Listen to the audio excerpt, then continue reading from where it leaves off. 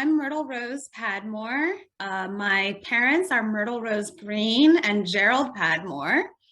My grandparents on my father's side are George Arthur Padmore and May Wiles, and their ancestors came from Barbados to Liberia. My father actually came from Liberia to the States when he was 11.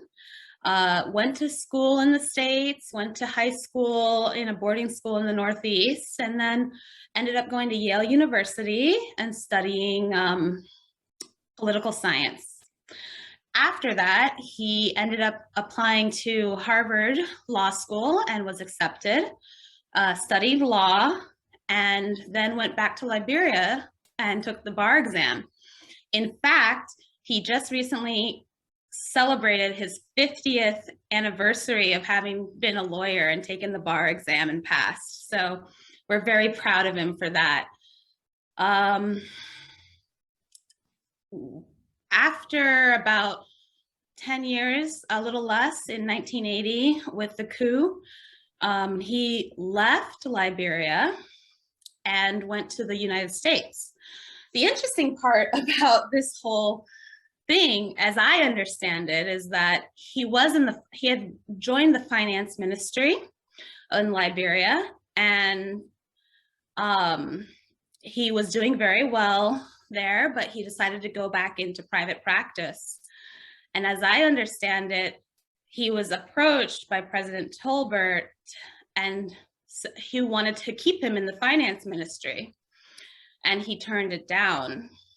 He thought he could do a lot better for the country, for people, by serving through private practice. What's interesting about this is that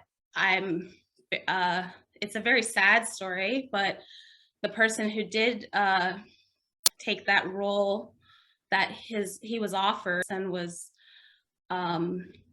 murdered in the coup. So I don't know if I would have been here if he hadn't made that life-changing decision. So that's something that's very sad, and I know he was a good friend of my father's. They left Liberia, my mother and my father, in 1980, and moved to Denver without much at all. They'd left all their belongings back home, and my father's friend, John Cox, who had gone to high school with him in the Northeast, gave him an opportunity to work with him in his law firm. From there, I understand he worked in the law firm for several years and was later promoted to partner of that law firm in Denver, focusing on international law, international relations, especially mining, energy, those type of things. He's had a very distinguished career, and I'm really proud of my dad. So some important things that I've learned from my father is to always be kind. He is a gentleman through and through, and he treats everybody the same, with the same kindness and the same wonderful heart. But he also has a sense of humor, and it doesn't always come out, but when it does, he can be extremely funny and witty. And some of my favorite dad jokes are, I remember from him. I also have learned that it's important to be responsible. Also, some of his best qualities are he's extremely gentle, kind, warm-hearted, and yet he can be a fierce competitor in the law room, as well as in sports, or even when just playing around with the kids and the grandkids. He's really fun to be around, and I love him dearly. So some of the happiest memories I have of being with my father start from when I was just barely able to walk. He would put me on his shoulder and walk around the house and say, "Duck," and I would duck underneath the archways. And it was just he always had time for me, to play with me, to talk to me. other happy memories are of us doing a race on the beach in Florida when I was about 13. I have a wonderful picture, which I can share, of us racing on the beach. And like I said, he is a fierce competitor, so he gave it his all, but I think I won. And other happy memories are just, he always took time. And throughout my high school career, he would actually go with me to school, and we would just listen to NPR. We would talk about the news of the day. He would ask me what I was doing in school. And it was a really special time to spend with my father. Father's had a huge impact on who I am today. Without him, I don't know that I would have had the courage to become an engineer, to try something that was very scary at first and very difficult. Both my father and mother I owe, because they would talk to me and encourage me. They managed to keep my spirits up when things were not always going my way. Without my dad, I don't think I would have the kind of integrity that I have.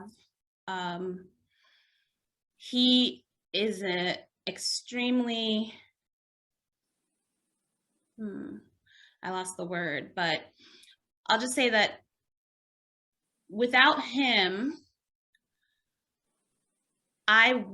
he has shaped me into a person who tries to be honest, who always is kind, and who enjoys being around people and family. And that's really 3 things I learned from him. Influenced me the most. I've had several major influences in my life. First of all, my parents, Gerald and Myrtle Rose. I'm weird to call them that, mom and dad, but they have been my rock, and I still go to them for guidance, even as a 35-year-old woman. I don't know what I would do without having had the guidance from them. I've had other major influences in my life, such as my chemistry teacher in high school, who was very disciplined, very tough, but also very kind and very invested. She was very invested in our education. And it made me love chemistry, which is why I pursued chemical engineering. So she's someone else who's been a major influence in my life. So my career, it started right after college. I studied chemical engineering at Yale. I was in the same residential college as my father. I chose that because I wanted to be connected to that history there. And when I graduated with a job offer from Shell Oil Company as a production engineer. That was about 13 years ago. And 13 years later, I am now a senior production engineer, recently promoted. And I love it. I absolutely love my job. It's interesting because it's difficult to explain to some people, but think of it as being a well doctor.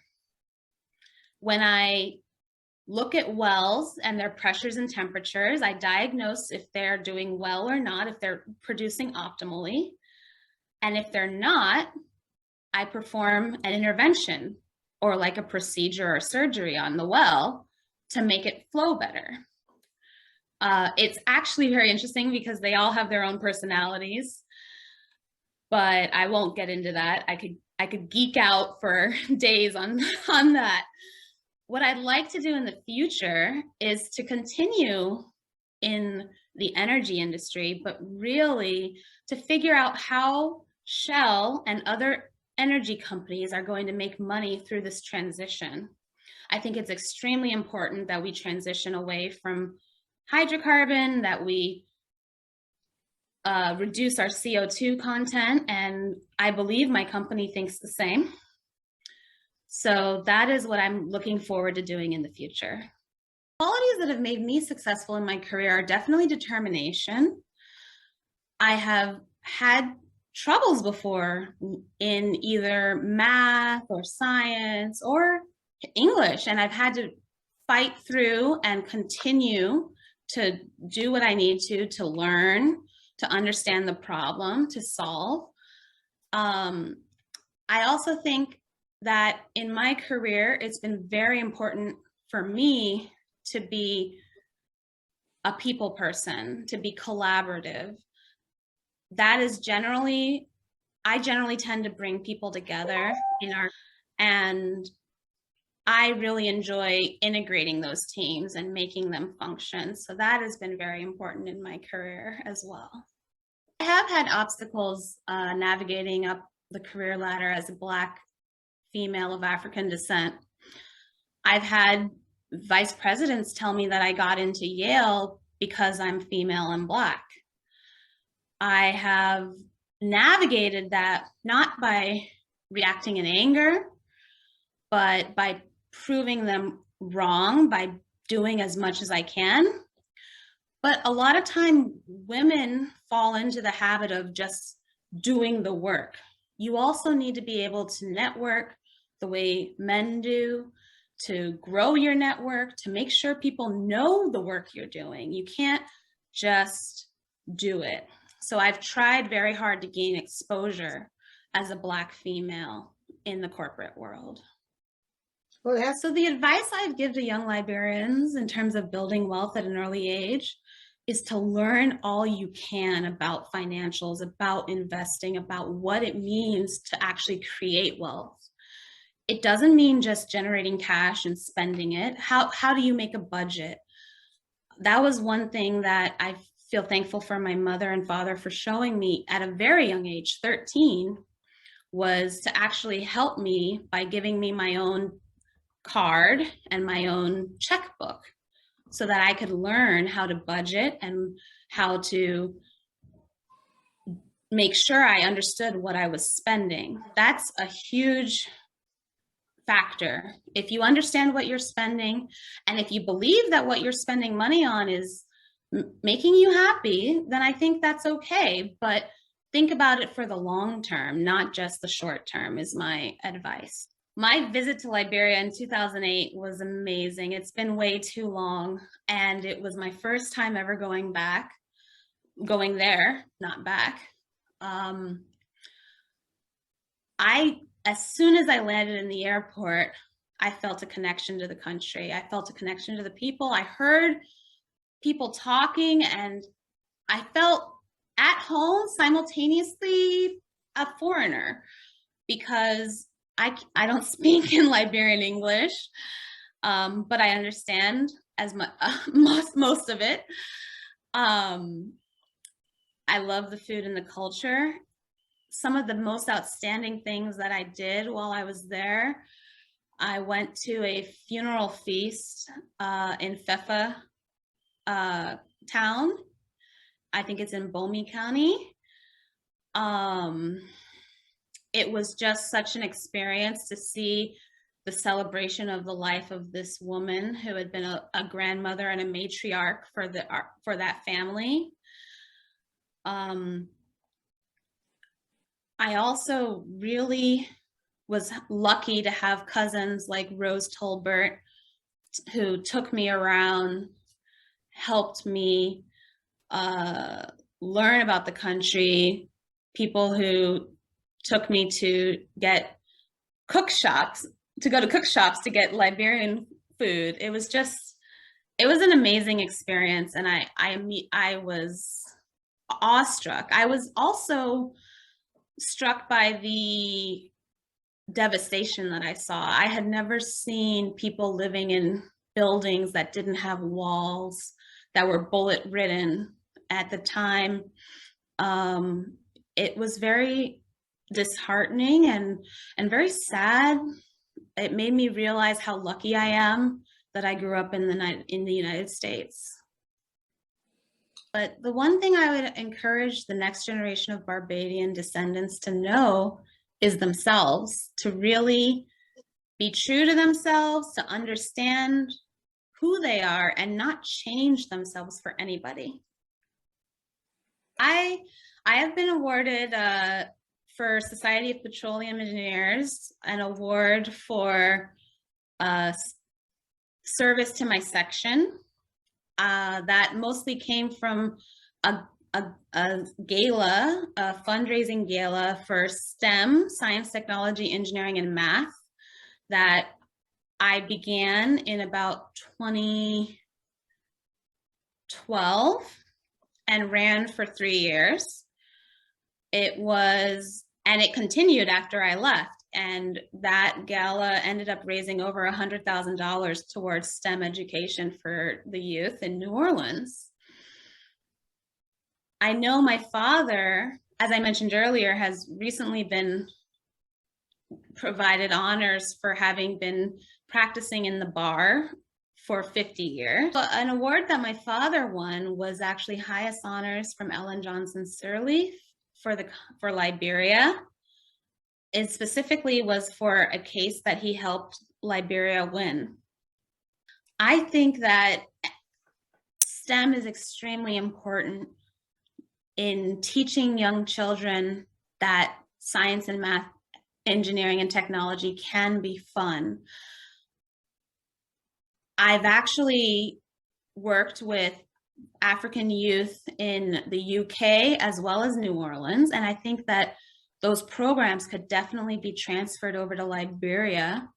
It's a matter of gathering role models, gathering funds, people who can go talk to the children and explain what they do. I think it's something that could definitely be transferred over and would be very helpful. One of the greatest contributions that my father's done for the country of Liberia include the renegotiation of terms with Firestone, as well as helping to and leading a case that was won, which greatly benefited the country of Liberia. My grandfather, Big Daddy, George Padmore, he would come to visit when I was young in Denver, and I remember walking with him to the grocery store to get his favorite cereal, Frosted Flakes. I don't know why, but the man loved the sugar. When I was a little bit older, I remember sitting with him and having a wonderful conversation where he talked about his wife, May Wiles, and he told me a little bit about his life and his work as the ambassador of Liberia. The funny part is I had a handkerchief on and some jeans. I was just slumming around the house. And when I left, he turns to Dad and says, "That cleaning woman is so nice."